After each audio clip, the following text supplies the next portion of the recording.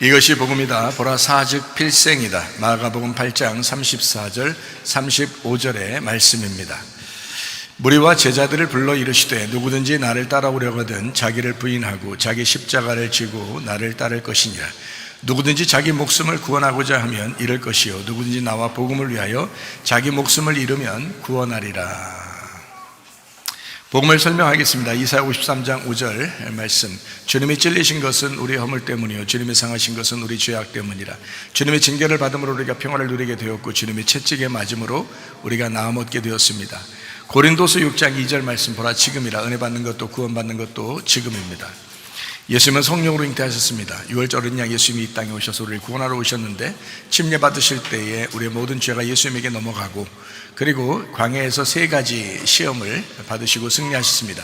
3년 반 동안 아버지의 일을 충실히 하시다가 십자가 못 박혀 돌아가시면서 모든 이제 우리의 죽음까지도 다 끝내셨습니다. 다 이루었다 그렇게 하셨습니다. 예수님은 이제 우리에게 구원자가 되시고 회복자가 되시고 치료자가 되십니다.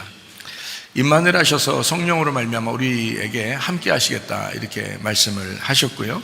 우리가 거듭나야 됩니다. 그 말은 믿음으로 구원받은 사람이 이제 거듭난다는 의미인데, 그 거듭난다는 것은 다시 태어난다. 땅에서 태어난 사람이 땅의 운명을 끊고 하늘의 운명으로 다시 태어나서 하늘의 사람으로 살아가는 것, 이것을 거듭났다라고 말하는 겁니다. 그래서 예수 그리스도가 우리의 주인 되셨다 하면 이제 구원받은 거예요. 사도행전 4장 12절 말씀. 다른 이로서는 구원 얻을 만한 이름을 우리에게 주신 적이 없다. 다른 이로서는 구원을 받을 수 없나니 천하 인간의 예수 이름 외에는 구원받을 만한 이름을 주신 적이 없다. 이렇게 말씀하고 있습니다. 갈라디아서 2장 20절 말씀이요. 예수의 믿음으로 살아간다. 우리의 믿음이 아니라 예수의 믿음으로 살아가면 승리한다. 베드로전서 1장 9절 말씀. 믿음의 결론은 영혼의 구원을 받는 것이다.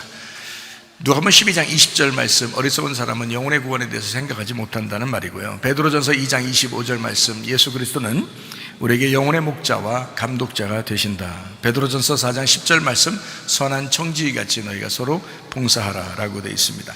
잠언 3장 7절 말씀입니다. 스스로 지혜롭게 여기지 말지어다. 여호와를 경외하며 악을 떠날지어다 라고 되어 있습니다. 고린도전서 10장 12절 말씀. 선줄로 생각하는 자 넘어질까 조심하라 라고 되어 있습니다. 한 걸음이라도 앞으로 나아가는 그런 양들이 되셔야 합니다. 성경은 머리, 몸, 다리로 이루어졌습니다. 머리는 하나님의 비밀인 그리스도. 그래서 그 그리스도를 믿고 우리가 구원받아서 목이라고 하는 침례와 세례를 통해 그리스도의 몸된 이제 교회, 그러니까 그리스도의 비밀인 교회로 우리가 들어와서 서로 연합합니다. 이런 건강한 교회가 되려면 두 다리로 움직여야 되는데, 기도와 말씀으로, 예배와 선교로, 율법과 복음으로, 그리고 전도와 제자 훈련으로 우리가 이제 건강한 교회를 만들어 나가는 것입니다. 인간 창조의 목적이 예배드리기 위해서입니다. 창세기 2장 5절 말씀. 농사 짓는 예배하는 그것을 위하여 하나님이 인간을 만드셔야 했다. 창세기 2장 7절 말씀. 인간을 만드시고, 그리고 창세기 2장 8절 울타리를 쳤다. 그 울타리가 바로 에덴 동산입니다. 그 에덴 동산이라는 울타리는 우리의 마음을 얘기하고 우리의 가정을 의미하고 우리의 교회를 의미합니다. 이것이 울타리입니다. 그 울타리 안에서 즐거워하라고 그랬지 울타리 밖에서 즐거워하라는 것이 아닙니다. 울타리 안에서, 그러니까 에덴이라는 기쁨, 즐거움은 동산이라는 울타리 안에서 있어야 된다는 얘기입니다. 동산이 울타리라는 뜻이거든요. 그러니까 에덴이라는 것은 기쁨, 즐거움이라는 뜻이고, 동산이라는 것은 울타리를 얘기하거든요. 그러니까 에덴, 동산, 그러면 즐거움의 울타리, 기쁨의 울타리, 그게 가정이 되어야 하고 그게 교회가 되어야 되고요. 우리 마음이 되어야 하는 겁니다. 우리의 마음이 천국이 되면요, 여러분 항상 기뻐할 수 있습니다. 쉬지 말고 기도할 수 있습니다. 범사에 감사할 수 있습니다. 이게 천국이기 때문에 그래요. 그러니까 하늘나라에 가는 천국도 중요하지만 우리 마음 안에서의 천국이 상당히 중요하다. 먹고 마시는 것이 천국이 아니고 하나님의 나라는 너희의 마음 가운데, 우리의 마음 가운데, 또 우리 가운데 있는 것이다. 그래서 우리 안에서 이 천국이 있는 거죠.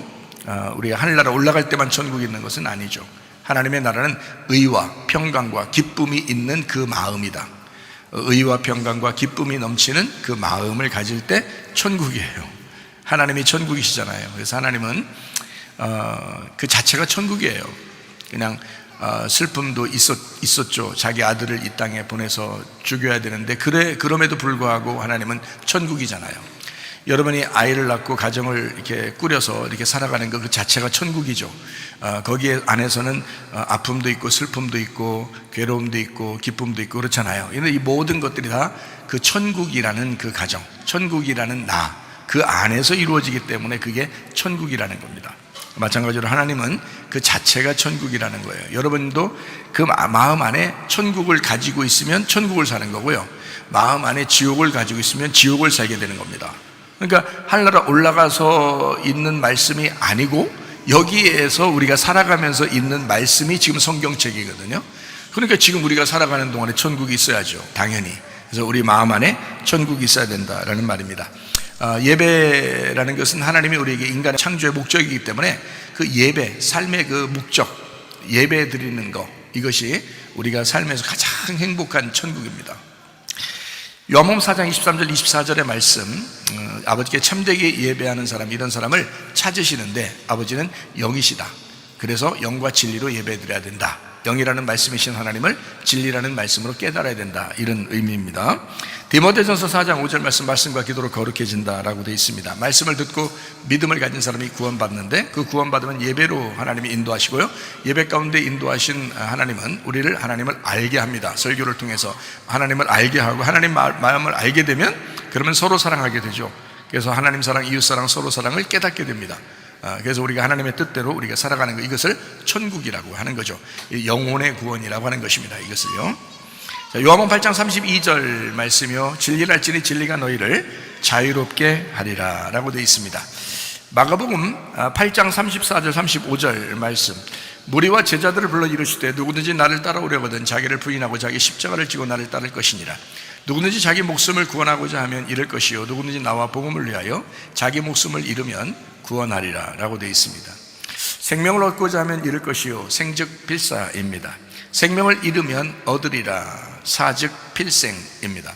마가복음 1장 8절 말씀을 보니까 나는 너희에게 물로 침례를 베풀거니와 그는 너희에게 성령으로 침례를 베풀 것이다 라고 되어 있습니다. 성경은 예수 그리스도가 복음이고 복음이 예수 그리스도다, 마가복음 1장 1절에 말씀하고 있습니다. 하나님의 아들 예수 그리스도가 복음이다 라는 말씀이거든요. 하나님의 아들 자체가 복음이에요. 다시 말하면 예수님이 복음이다 라는 그런 의미입니다. 예수님이 아니면 우리는 율법 안에서 아마 심판을 면하지 못했을 것입니다. 그러니까 예수님 때문에 우리가 그 심판을 이제 벗어나게 되었죠. 물침례라고 하는 것은 회개를 위한 침례입니다. 근데 성령 침례는 예수님이 주시는 건데요, 그 성령 침례는 천국의 계시를 위해서 주는 겁니다. 영원한 생명 되신 예수님, 우리가 지옥에 가지 않게 하려고 침례를 몸소 받으셨습니다. 그리고 그 침례를 받은 예수님이 자기를 따라오라, 그렇게 말씀하시는 거죠. 그런 주님을 인정하고 의지하고 신뢰하고 믿는 사람들이 교회 모입니다. 믿는 자의 영혼 구원이다 라고 하는 겁니다. 우리가 교회에 모여서 그냥 살아가는 것은 한번 교회 와서 예배드리고 끝나는 게 아니라 영혼 구원이거든요. 그래서 우리의 삶 자체가 영혼의 삶의 구원을 받는 것이다 라고 하는 겁니다. 한번 구원받으면 끝이죠. 한번 구원받으면 영원한 것이죠. 그 영원한 구원을 지금 우리에게 삶을 통해서 그 구원을 살아가는 거죠. 그 영혼 구원이라 이렇게 말씀하는 겁니다. 어떨 때는 좀 넘어지기도 하고 실패하기도 하고 범죄할 수도 있고 그렇죠. 그렇지만 주님 의지하면서 다시 일어나고 회개하고 그러면서 주님 앞에 가까이 나가는 거죠. 그게 이제 우리의 그 영혼 구원의 삶이죠. 예수 그리스도를 믿고 어느 날 찾아온 생명의 복음으로 인생이 바뀐 사람들이 참으로 많습니다. 가만히 있을 수 없는 자들, 예수 믿는 자들, 은혜를 체험한 사람들은 교회 예배에 철저합니다. 예배를 성공하는 자들은 선교에도 열심히 합니다. 그리고 교회 봉사하는 것도 기쁨으로 합니다. 교회 봉사했다고 뭐 알아달라고 그렇게 하는 게 아니라 정말 기쁨으로 봉사하고 즐거워합니다. 왜냐하면 예배 성공했거든요. 예배 성공한 사람들은 섬김에 있어서 기쁨을 갖는단 말입니다. 근데 예배 성공하지 못하면 섬기는 것이 즐거움이 아니고 뭔가 율법적이고 자기를 좀 알아줬으면 하는 그런 마음을 갖는단 말이에요. 예배 성공하는 것이 우선입니다. 예배와 선교는 그리스도인의 목적입니다. 그 삶의 목적. 예배는 창조의 목적이기도 하다라고 창세기 2장 5절, 7절, 8절에 말씀하고 있습니다. 이것은 예배가 우리 인간 창조의 목적이다라는 그런 말씀이거든요. 하나님은 그것 때문에 우리를 만드셨다. 그리스도인이 먼저 예배를 잘 드리고, 예배라고 하는 것을 무엇인가 이해를 하셔야, 그래야 자기도 섬길 수 있는 거고 진짜 그 창조의 목적대로 살아갈 수 있는 겁니다. 그래서 예배 중심이라고 하는 것은 우리에게 굉장히 중요합니다. 삶의 목적과도 같으니까, 그것 때문에 사는 거니까. 자, 생각해봐요. 그것 때문에 살아가는 게 그게 목적이고 그 예배인데, 다른 거, 그러니까 그 예배 말고 그 목적대로, 하나님의 그 창조의 목적대로 말고 다른 걸 열심히 아무리 살고 아무리 돈이 많고 아무리 성공했다고 생각해보세요. 근데 하나님의 창조의 목적은 딱 예배였어. 근데 그거를 놓치고 다른 걸 그렇게 열심히 해도 나중에 어떻게 죽을 때 되면 후회한단 말입니다. 죽을 때 후회하면 그게 손해본 거예요. 인생 손해본 겁니다. 죽을 때 후회하지 말았어야 되죠. 다시 말하면 나는 정말 죽을 때 후회함이 없어. 그러면 성공한 인생입니다. 그럼 성공한 인생이에요. 정말 예배드리다가 주님 만나시기를 바랍니다. 그게 우리의 인생의 목적, 하나님께서 우리를 만드신 목적이기 때문에 그렇다. 예배 안에서 하나님의 말씀을 듣고 하나님을 알게 된다. 하나님을 아는 사람들은 사랑을 깨닫게 되죠. 그래서 서로 사랑하게 되는 겁니다. 교회에는 사랑이 목적입니다. 성경의 목적도 사랑입니다. 자, 마태복음 22장 37절부터 40절까지 말씀해 봅니다. 예수께서 이르시되 네 마음을 다하고 목숨을 다하고 뜻을 다하여 주 너희 하나님을 사랑하라 하셨으니 이것이 크고 첫째 되는 계명이요 둘째도 그와 같으니 내 이웃을 내 자신같이 사랑하라 하셨으니 이 두 계명이 온 율법과 선지자의 강령이니라 라고 되어 있습니다. 하나님 사랑, 이웃 사랑, 이것이 성경 전체다라고 말씀하고 있는 거죠. 자, 그러면 이제 신약에 와서는 요한복음 13장 34절 35절의 말씀에 뭐라고 되냐면 새 계명을 너에게 주노니 서로 사랑하라. 내가 너희를 사랑한 것 같이 너희도 서로 사랑하라. 너희가 서로 사랑하면 이로써 모든 사람이 너희가 내 제자인 줄 알리라. 자, 그러니 계명이라는 건 성경에 세 가지가 나오는데, 하나는 하나님 사랑이요, 하나는 이웃 사랑이요, 하나는 서로 사랑이더라. 이 세 가지 계명이 있는데 우리에게요, 지금은 어때요? 예수님 오시고 난 다음에 우리 보고 서로 사랑하라. 하나님과 우리가 이웃이 되었는데 그가 서로 사랑하게 예수님께서 만드셨어요. 그래서 그 예수님과 함께 우리는 서로 사랑할 수 있는 능력이 생겼단 말이에요. 그래서 서로 사랑하는 겁니다. 그걸 교회라 이렇게 표현하는 거죠. 서로 사랑한다. 그래서 하나님 사랑, 이웃 사랑, 서로 사랑, 이게 계명이고요, 굉장히 중요한 내용들이죠. 성경의 핵심과 같고 성경은 그것 때문에 썼다라고 할 만큼 중요한 것입니다. 주님이 그토록 바라시는 것이 뭐냐? 사랑입니다. 사랑이요. 가정도 사랑해야 하고요, 교회도 사랑해야 합니다. 목장도 사랑해야 합니다. 서로 사랑해야 합니다. 위에 사람이 아랫 사람을 사랑하는 것이 마땅합니다. 아랫 사람이 위에 사람을 존경하는 것이 마땅합니다. 하나님을 아는 사람은 사랑하게 되어 있습니다. 예배드리는 자가 하나님을 알게 되고요, 구원받은 자가 예배합니다. 말씀을 듣고 믿음이 와야 구원을 받습니다. 말씀 듣는 것이 기초 중에 기초라는 얘기죠. 자, 다시 말합니다. 말씀을 들으면 믿음이 생기고, 믿음이 생기면 구원을 받아요. 구원받으면 예배로 우리를 인도하게 되고요, 예배를 드리게 되면 하나님을 알게 됩니다. 하나님을 알게 되면 서로 사랑하게 되어 있습니다. 이것이 성경의 가르침입니다. 핵심이고요. 교회 안에서 서로 하나 되지 못한 사람들, 우선 말씀을 소중하게 듣고 있는지 그것을 점검하셔야 합니다.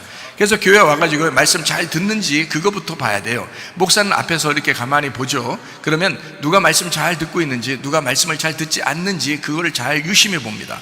왜냐하면 말씀 듣지 않는 사람은 어느 날 그 사람은 다시 이제 또 회개가 필요할 만한 사람이 되거든요. 근데 말씀을 잘 듣는 사람은 그 말씀을 잘 듣는 그 시간이 회개거든요. 그러니까 말씀을 듣는 그 자체가 중요한 거거든요. 말씀 들으면 그 사람은 하나님을 알게 돼요. 자동적으로 말씀 잘 가르쳐 주잖아요. 그러면 이제 하나님 알게 되고, 하나님 알게 되면 사랑하게 돼 있죠. 말씀에 순종만 하면요 됩니다. 사실은. 그죠? 뭐 야 너 무조건 순종해, 무조건 복종해, 뭐 이런 말이 아니에요. 우리가 무슨 뭐 예수님께 복종한다고 뭐 우리가 무슨 뭐 노예입니까? 그런 노예예요? 그런 거 아니에요. 사랑의 노예죠. 여러분, 아내와 남편이 둘이 사랑하면 서로 사랑의 노예가 되고 싶어 하잖아요. 그죠? 예, 남편과 아내가 둘이 사랑하면 사랑의 노예가 되고 싶어요. 아유, 좀 자유롭게 좀 나가서 많이 뭐 좀 하고 와 해도 나가기 싫은 거예요. 왜? 그 아내의 남편으로서 옆에 있고 싶은 거야. 그 남편의 아내로서 옆에 있고 싶은 거야. 사랑하니까. 아니, 난 어디 가기 싫어. 난 당신만 좋아. 아니, 나가서 좀 이따가 와요. 아니야, 나 당신이 밥 해주는 거 먹고 싶고, 당신이하고 같이 노닥거리고 얘기하는 게 너무 행복하고 좋아. 다른 사람들이 보면 이상하게 보일지 모르지만 이 사람은 이 사람의 노예가 됐어요. 그냥 억압된, 너 노예가 돼야 돼 막 채찍 때리고 이래서 노예가 된 게 아니에요. 그냥 그렇게 하고 싶은 거잖아. 사랑의 노예가 됐다 이 말이에요. 자, 우리 주님 앞에 예수님이 우리를 막 채찍 때리니까 우리가 주님께 복종하고 순종하고 그러나요? 그거 아니잖아요. 주님의 은혜를 깨달으면, 주님을 비로소 깨닫게 되면, 알게 되면 자동적으로 예배하고 싶고 자동적으로 사랑하고 싶어진단 말이에요. 그러니 하나님 말씀 듣는 것이 기초입니다. 하나님 말씀을 잘 듣게 되면 그 사람은 하나님을 알게 되고, 하나님을 알게 되면 서로 사랑하게 되어 있습니다. 그것이 이제 성경의 핵심인 거죠.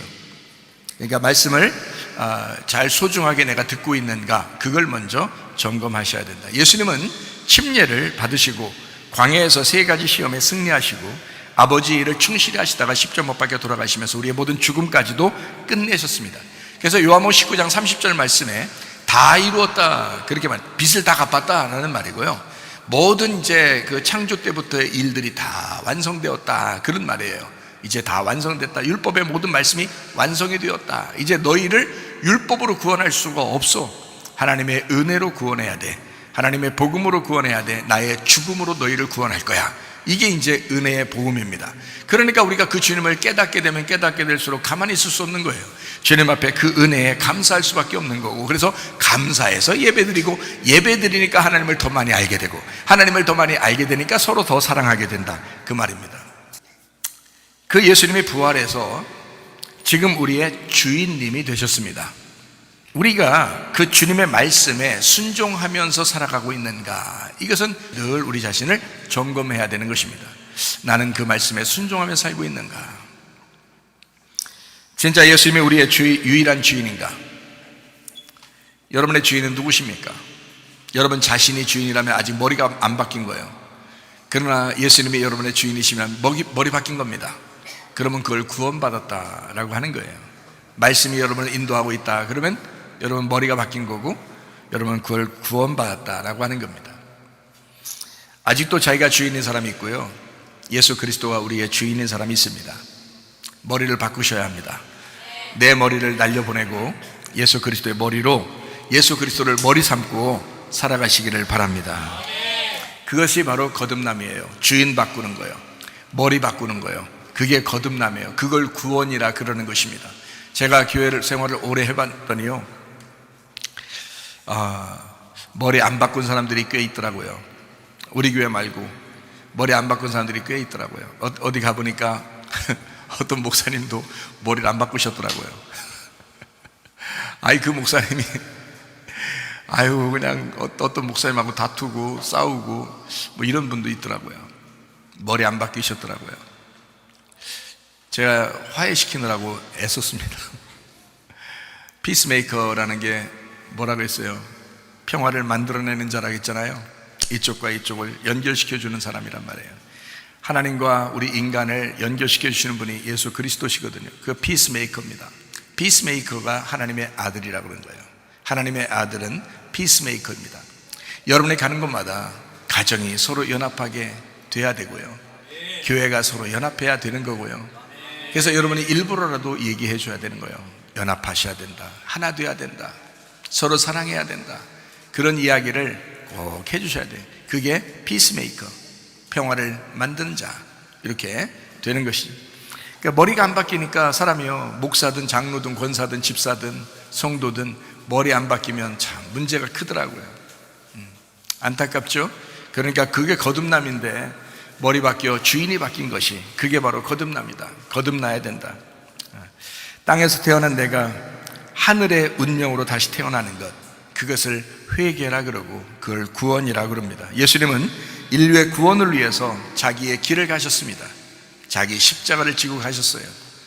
그러면 우리가 그 주님을 따라가는 것은 우리가 주님이 우리의 모범이 되시기 때문에 우리가 주님을 따라가는 거죠. 주님이 그렇게 사셨으니까, 앞으로 그렇게 가셨으니까 우리도 그 주님을 따라가는 거잖아요. 그게 믿는 거잖아요.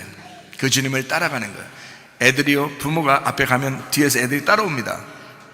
부모를 믿기 때문입니다. 부모를 인정합니다. 부모가 가는 곳에 애들이 졸졸졸 따라다닙니다. 왜냐하면 부모를 믿기 때문이죠. 우리가 예수님을 따라가는 것은 예수님을 믿기 때문입니다. 예수님이 우리 앞에서 인도하실 때 우리는 그 선한 목자를 따라가는 거죠. 그거예요, 바로. 그래서 믿기 때문에, 주님을 믿으니까 주님을 따라가게 된다. 우리의 모범 되시는 예수님, 자기 십자가를 지고 주님이 가셨으니 우리도 나의 십자가를 지고 주님을 따라가는 거죠. 사즉 필생입니다. 죽고자 하면 사는 거예요. 예수님은 죽고자 했더니 그가 부활하셨어요. 우리가 죽고자 하면 우리가 또 부활할 것입니다. 그 주님을 따라가는 거예요. 끝까지 묵묵히 인내하면서 가면 영혼의 구원을 받게 되는 것입니다. 자기를 부인하고 자기 십자가를 지고 따라가는 사람이 진정한 그리스도인입니다. 마가복음 8장 34절 35절 말씀 다시 한번 읽습니다. 무리와 제자들을 불러 이르시되 누구든지 나를 따라오려거든 자기를 부인하고 자기 십자가를 지고 나를 따를 것이니라. 누구든지 자기 목숨을 구원하고자 하면 잃을 것이요 누구든지 나와 복음을 위하여 자기 목숨을 잃으면 구원하리라. 자, 사즉 필생, 생즉 필사라는 말이죠. 마가복음 1장 15절 말씀입니다. 이르시되 때가 찼고 하나님의 나라가 가까이 왔으니 회개하고 복음을 믿으라 하시더라. 회개해야 합니다. 회개. 이건 우리가 죄가 있어서 회개한다라는 말도 되겠지만 예수 그리스도를 내가 따라가야 되겠다 하는 것도 회개입니다. 이제까지 주님을 주인으로 믿지 아니하고 내 뜻대로 살았는데 그것을 회개하고 주님 뜻대로 따라가야 되겠다라고 하는 것이 회개예요. 우리 교회에서 말하는 모든 회개라는 단어는 다 이 말입니다. 주님 따라가야 된다. 네가 네 뜻대로 살았는데 이제는 주님 따라가야 된다. 돌아서야 한다. 그 말을 하는 거예요. 제가 죄가 있어서 죄 용서받기 위해서가 아니라 죄는 이미 용서받았죠. 그런데 예수님을 따라가지 못했으니까 그걸 잘못이라 하는 거야.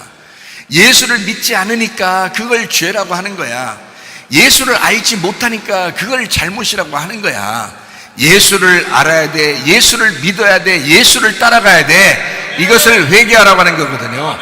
우리 교회에서 말하는 회개는 다 이것입니다. 회개하십시오. 천국이 가까이 왔습니다. 천국은 말씀의 하나님이십니다. 천국 자체가 예수 그리스도예요. 말씀의 천국이 내 안에 오려면 회개가 우선입니다. 회개하면 천국의 계시를 알게 되거든요. 그걸 성령 침례라 그러는 겁니다.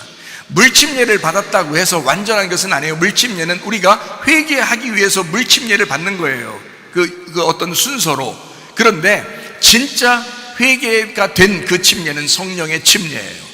그래서 예수 그리스도와 한 몸이 되었다. 예수 그리스도와 하나가 되었다. 주님을 내가 진짜 따라가기 시작했다. 내가 주님을 나의 주인으로 여기게 됐다. 천국의 계시를 허락해 주시옵소서 하는 그 회개, 그게 여러분과 저에게 있으셔야 합니다. 이렇게 사람들은 물침례로 끝나는 사람이 있어. 그러니까 침례 받고 나서, 세례 받고 나서 다 자기 뜻대로 사는 사람이 얼마나 많아요. 그것이 아니죠. 성령의 침례, 성령의 세례를 받으셔야죠. 그래서 예수 그리스도가 우리를 인도해 나가는, 진짜 예수가 우리의 주인이 되는, 주님 뜻대로 살아가는 주의 사람들이 되셔야 합니다. 말씀의 천국이 내게 오려면 회개가 우선이다. 회개하지 않으면 천국은 임하지 않습니다. 회개하는 자에게 천국이 임하는 것입니다. 땅의 운명을 끊어내는 것이 회개입니다. 질질 끌려다니면서 땅의 운명대로, 육체대로 계속 살아가면서 나 하나님 만나고 싶어요, 맨날 그렇게 얘기한다면, 야, 그것부터 끊으려고 결심 좀 해봐라.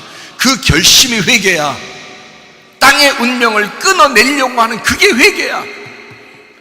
그래야 주님을 따른다는 그 말이, 너의 말이 진실이 되는 거지. 그래야 주님이 만나주시는 거 아니야. 이해가 되겠어요? 고통스럽죠. 괴롭죠. 그렇지만 주님을 따라가려고 하는 그 결심, 글쎄 그렇게 어렵지 않을 거요. 그 결심 한번 하는 건 어렵지 않을 거요. 결심하고 내가 주님을 따라가야 되겠다 하는 거. 육체라는 음료를 끊어내야 합니다. 여리고성을 무너뜨려야 합니다. 그리고 우리 안에 숨어있는 아간도 죽여야 합니다.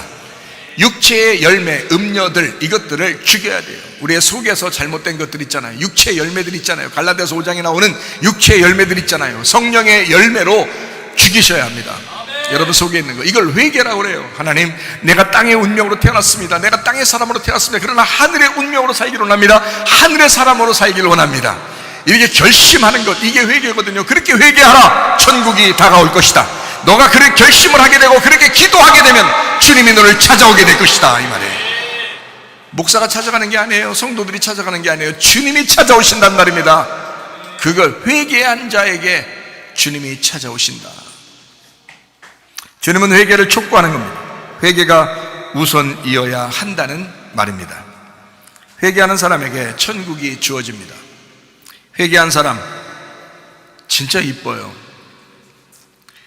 회개하려고 하는 사람 참 예쁩니다. 여러분, 그런 사람 옆에 있으면 얼굴 보셨나요? 정말 이뻐요. 회개한 사람 보면요, 참 이뻐요. 회개하려고 눈물 툭툭 떨어지면서 진짜 회개하고 싶어요, 회개할 거예요, 이러는 사람 보면 참 이뻐요. 제가 봐도 그렇게 이쁜데 하나님 보실 때 얼마나 이쁘겠어요. 회개 안 하고 그냥 자기는 의롭다고 이제 교만하고 폼 딱 잡고 이렇게 앉은 사람보다 얼마나 회개하는 사람이 참 이쁜지 몰라요. 여러분, 교만하지 말고 겸손하시고 회개하는 마음을 가지시고 결심하시기 바랍니다. 그러면 참 이뻐져요. 성경의 예수님은 이런 태도를 가졌습니다. 강한 사람에게는 한없이 강하시고 약한 사람에게는 한없이 약하신 주님, 그게 예수님이셨어요. 사람들은 좀 다르죠. 사람들은 가장 비열한 사람이 어떤 사람인지 아십니까? 강한 사람에게 꼼짝 못하고 약한 자이고, 약한 사람에게는 자기가 강한 것처럼 그렇게 하는 사람이에요. 이거 굉장히 비열한 사람입니다. 그런데 사람들이요, 그런 사람 많더라고요.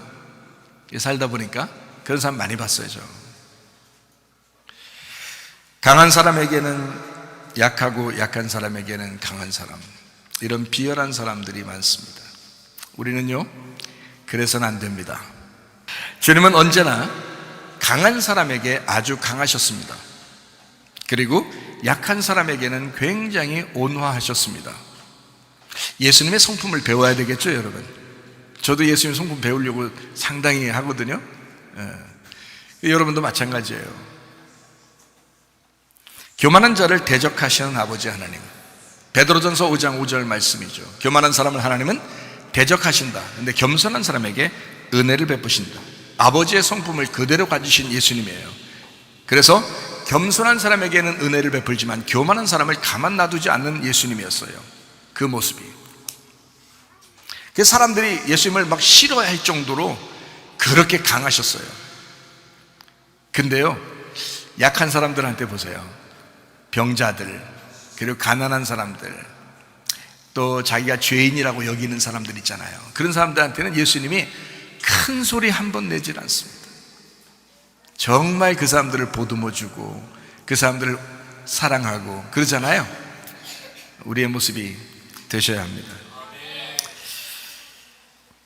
교회 다니시는 분들도 마찬가지입니다. 겸손해야 은혜를 받습니다. 마태복음 18장 3절 말씀이요, 진실로 너희에게 이르노니 너희가 돌이켜 어린아이들과 같이 되지 아니하면 결단코 천국에 들어가지 못하리라. 어린아이처럼 낮아지고 누군가에게 굴욕당하며 처절한 사람들이 교회에 다니고 있습니다. 너무 비참하게 생각하지 마십시오. 하나님의 은혜를 받을 기회가 생긴 것입니다. 주님께 기도하십시오. 눈물로 기도하십시오. 마음의 평화가 올 때까지, 마음의 평강이 찾아올 때까지 기도하십시오. 하나님이 여러분을 반드시 만나 주실 것입니다. 그런 예수님을 나도 경험했습니다. 그런 주님이시다. 교회에서 자기 알아달라고 하는 사람, 마태복음 25장의 말씀처럼 염소입니다.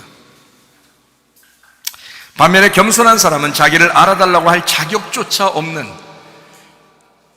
자기를 알아달라고 하는 그런 자격조차 상실한 사람들, 그게 겸손한 사람들이에요. 사람들에게 알아달라고 할 그런 힘도 없는 사람들, 이런 사람들이 겸손한 사람들이에요. 목회자들은 강한 자에게 강해야 합니다. 약한 자들에게는 온화해야 합니다. 목회자뿐만이 아니죠. 여러분 성도들 모두도 마찬가지죠. 강한 사람에게는 강하게 대처해야 합니다. 약한 사람에게는 한없이 온화하게 대해야 합니다. 우리 교회에서 어린 자들을 먼저 섬기는 이유입니다. 목사는 겸손한 성도들을 섬기고 교만한 사람을 하나님께서 대적하시니까 그 사람을 깨뜨려줘야 되거든요. 말씀으로. 목사는 강한 사람에게는 반드시 강하게 나타납니다. 그러나 온화한 사람으로 나타나는 것은 반드시 연약한 사람들에게입니다. 주님도 그러셨습니다. 겸손한 사람에게 분명히 은혜를 베푸는 하나님을 제가 알기 때문에 그렇죠. 잘 생각해 보세요.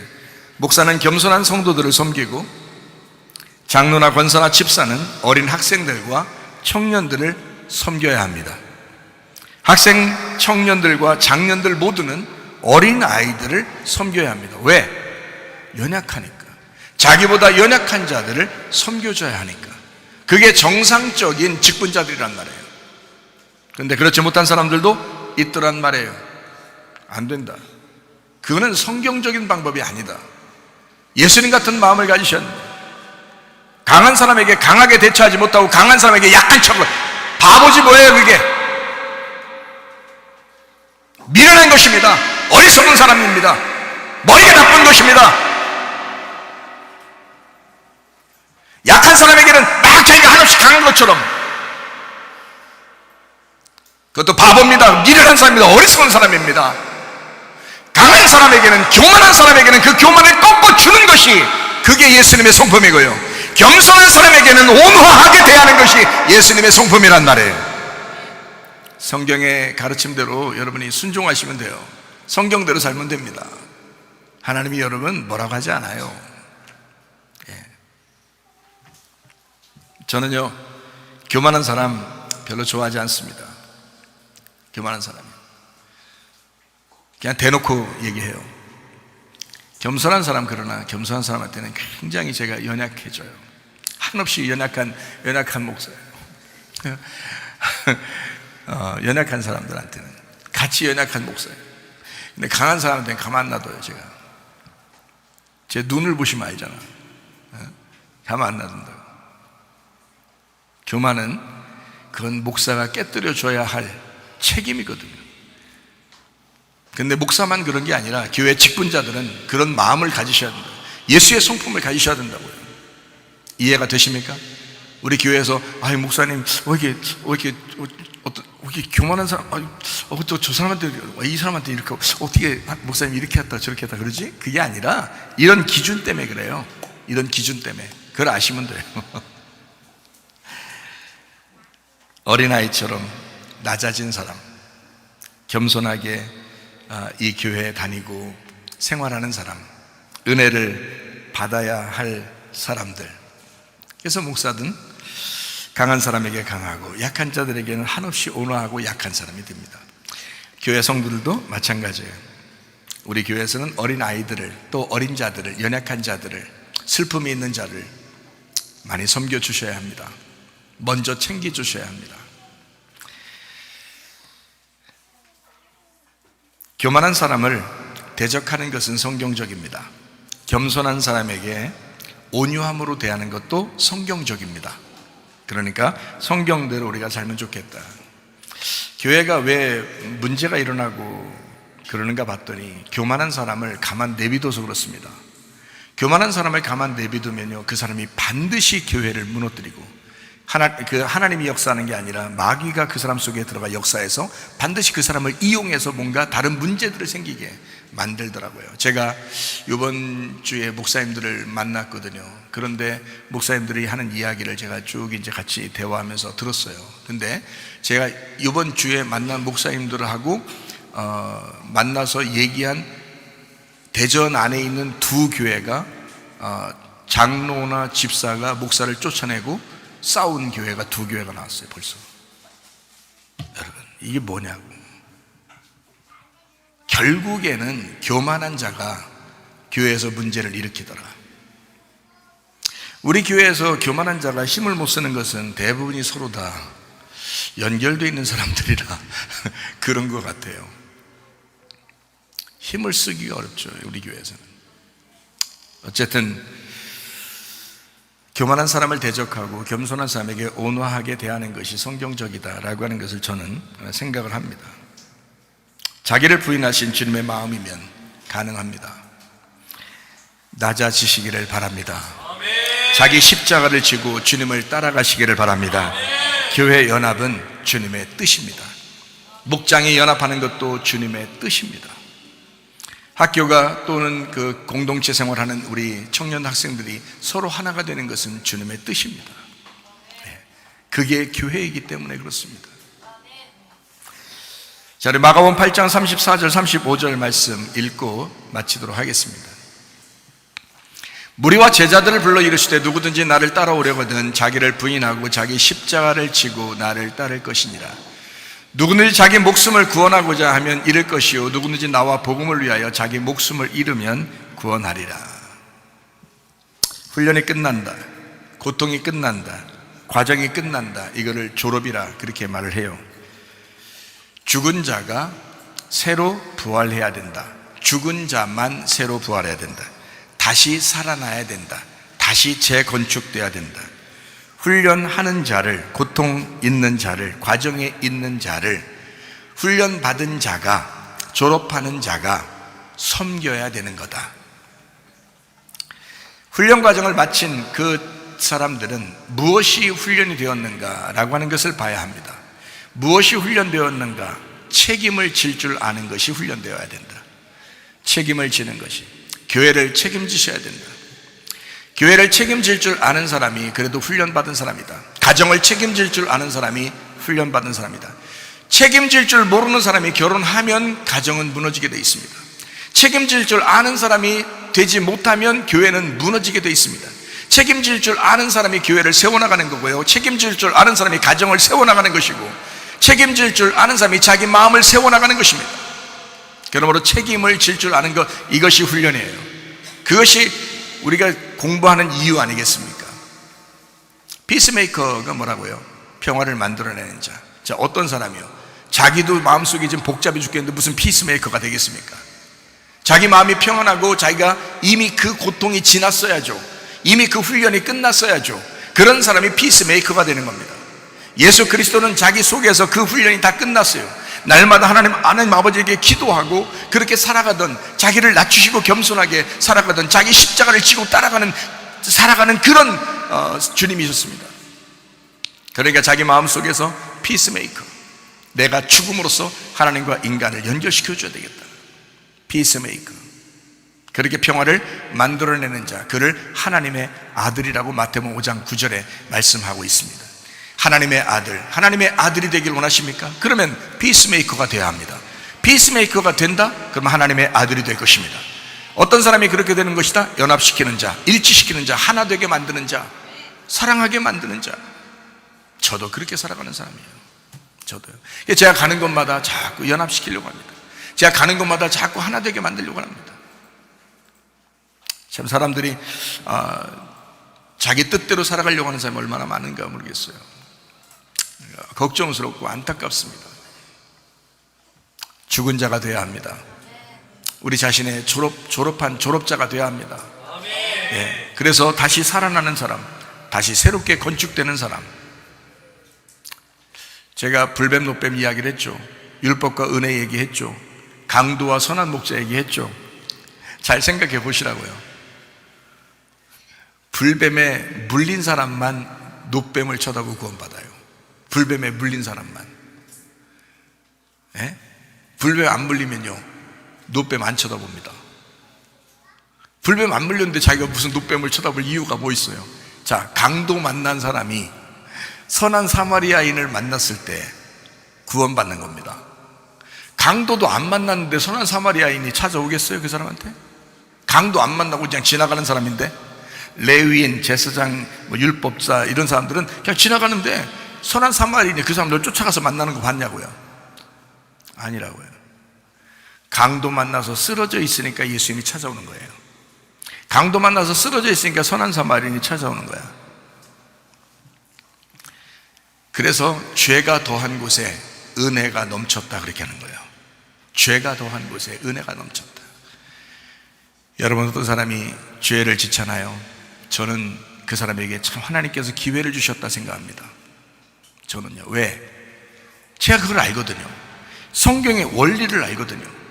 성경은 그렇게 가르치고 있거든요. 아, 이 사람 불뱀 물리겠다. 불뱀 물렸구나. 노뱀이 필요하구나. 장대에 매달린 예수 그리스도가 필요하구나. 예수님을 간절히 찾겠구나.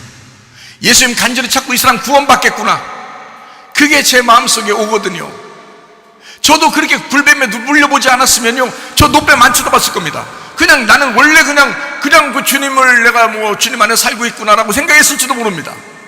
그런데 불뱀에 물려보니까 죽을 것 같더라고요. 죽을 것 같더라고요.